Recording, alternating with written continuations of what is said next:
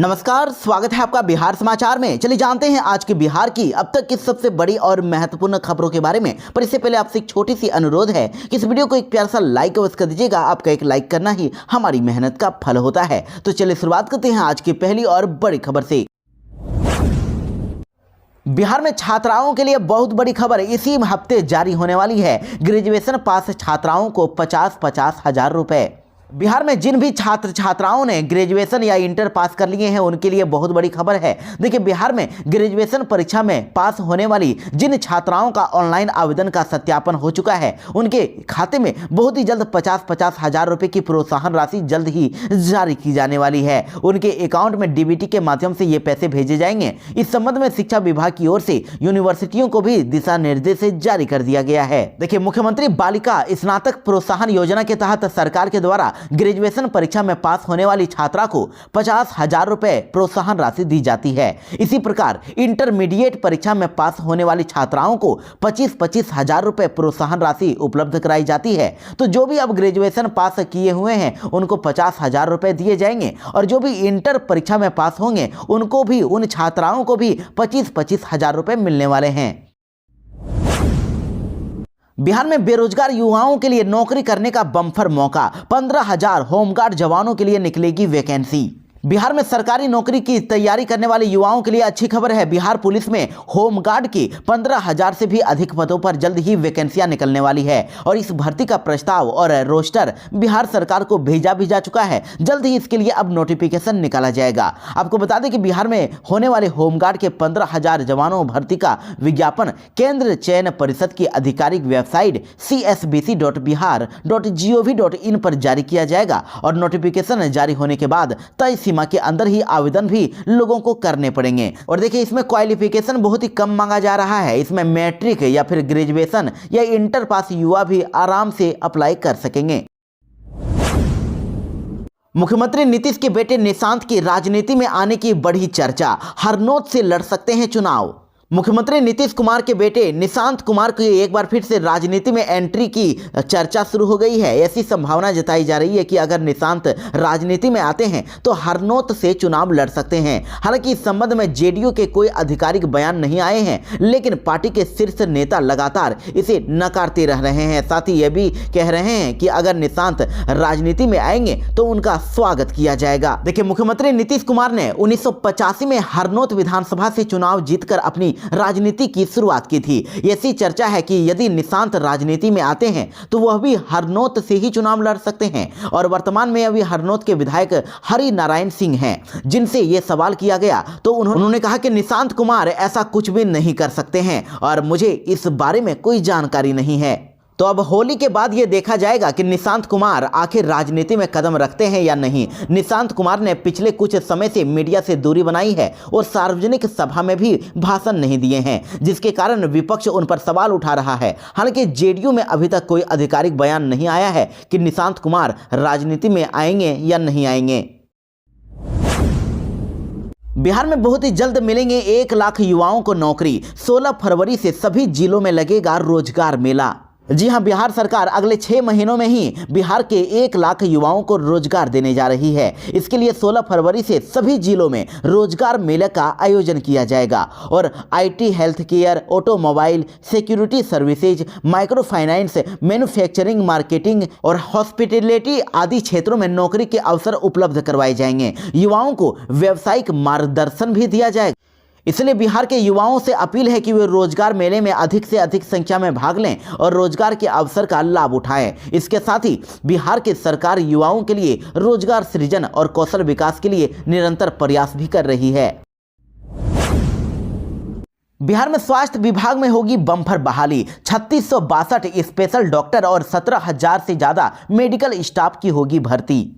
जी हम, बिहार में स्वास्थ्य विभाग में बहुत ही जल्द 3062 विशेषज्ञ चिकित्सक यानी स्पेशल डॉक्टरों के साथ 17,076 पदों पर चिकित्सा कर्मियों यानी कि मेडिकल स्टाफ की नियुक्ति का विज्ञापन जल्द ही जारी होने वाला है। और बिहार तकनीकी सेवा आयोग के संयुक्त सचिव ने Tata consultancy services limited Patna के प्रोजेक्ट मैनेजर को जल्द ही ऑनलाइन आवेदन फॉर्म का सॉफ्टवेयर तैयार करने के लिए भी कह दिया है। तो जैसे ही सॉफ्टवेयर तैयार होती है तुरंत ही ऑनलाइन आवेदन की प्रक्रिया शुरू कर दी जाएगी, लेकिन इससे पहले नोटिफिकेशन निकाला जाएगा। और देखिए, स्वास्थ्य विभाग में विभिन्न पदों पर ये वैकेंसी आने वाली है। इसमें स्पेशल डॉक्टरों की बात करें तो इसमें रेडियो डायग्नोसिस, चर्म रोग, anaesthesia, ENT, medicine, general surgery, microbiology, स्त्री प्रसूति रोग, नेत्र रोग, हड्डी रोग, शिशु रोग, पैथोलॉजी, मनोरोग और दंत चिकित्सक यानी डेंटिस्ट और इधर सामान्य चिकित्सा पदाधिकारी के पदों पर भी वैकेंसियां निकलेगी। वहीं देखिए, इधर मेडिकल स्टाफ की बात करें तो किट संग्रहकर्ता, lab technician, ECG technician, OT assistant, pharmacist, x-ray technician और ड्रेसर के पदों पर वैकेंसियां निकलने वाली है। बिहार में सरकार ने लिया बड़ा फैसला, अब मजदूरी करने वाले किशोरों को मिलेंगे 25,000 रुपए। जी हां, बिहार सरकार ने अब मजदूरी करने वाले 14 से लेकर 18 साल के किशोर युवाओं को 25,000 रुपए अनुदान देने का फैसला किया है। मुख्यमंत्री राहत कोष से बाल श्रमिकों की तरह ही अब किशोर मजदूरों को भी अनुदान राशि मुहैया कराई जाएगी।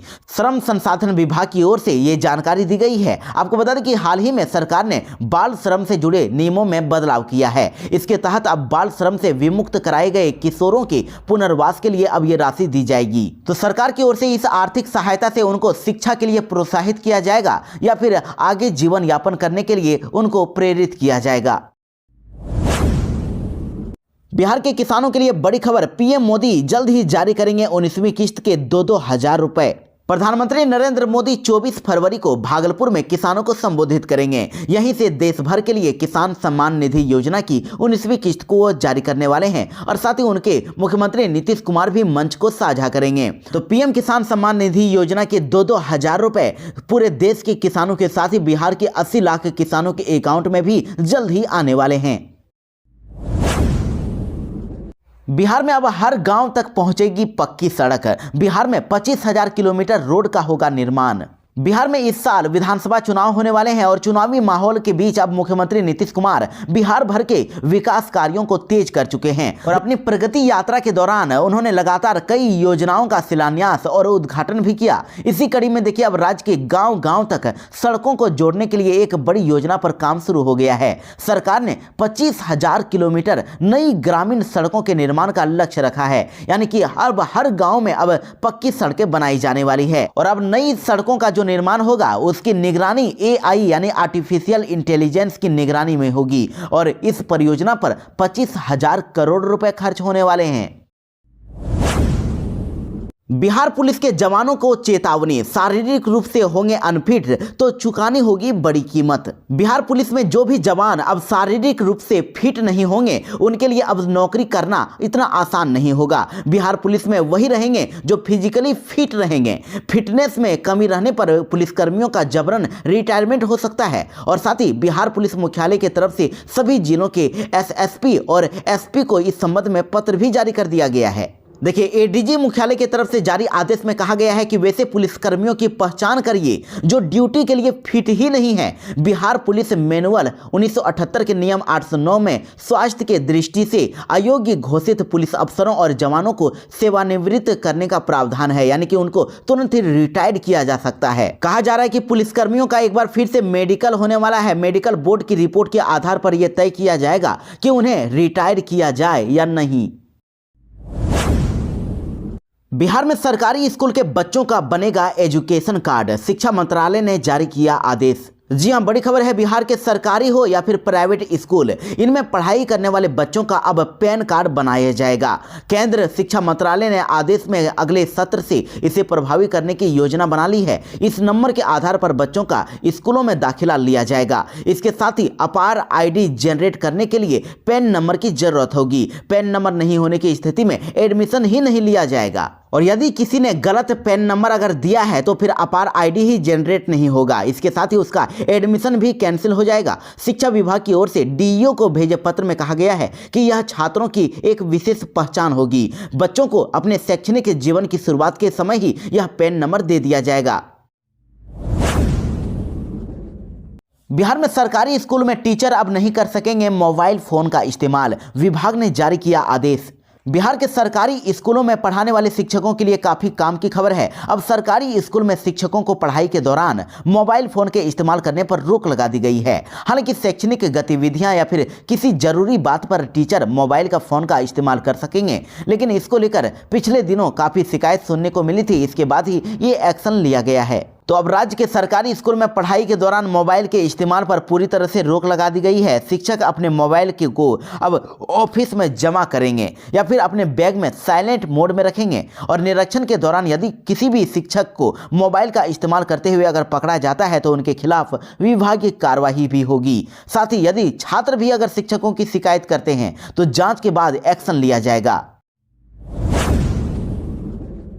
बिहार में इंटर परीक्षा को लेकर शिक्षा विभाग ने लिया एक और बड़ा फैसला।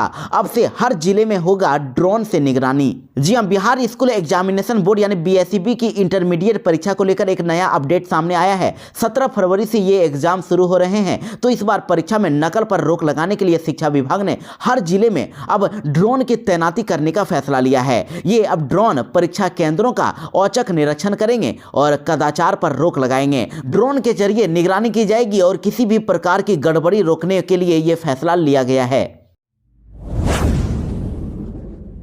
बिहार में बिजली चोरी करने पर होगी कार्रवाई। अब मुखिया जी का भी अब बिजली कंपनी लेगी मदद। बिहार के लोगों के लिए काफी अच्छी खबर है। अब बिहार के अंदर अब गांव में स्मार्ट प्रीपेड मीटर लगाने में मुखिया, सरपंच के साथ ही अन्य जनप्रतिनिधियों का सहयोग लिया जाएगा और स्मार्ट मीटर को लेकर किसी भी तरह का कोई भी मतभेद नहीं हो, इसके लिए कंपनी ने यह निर्णय लिया है और बिजली कंपनी ने इस बाबत इंजीनियरों को भी आवश्यक निर्देश दे दिया है।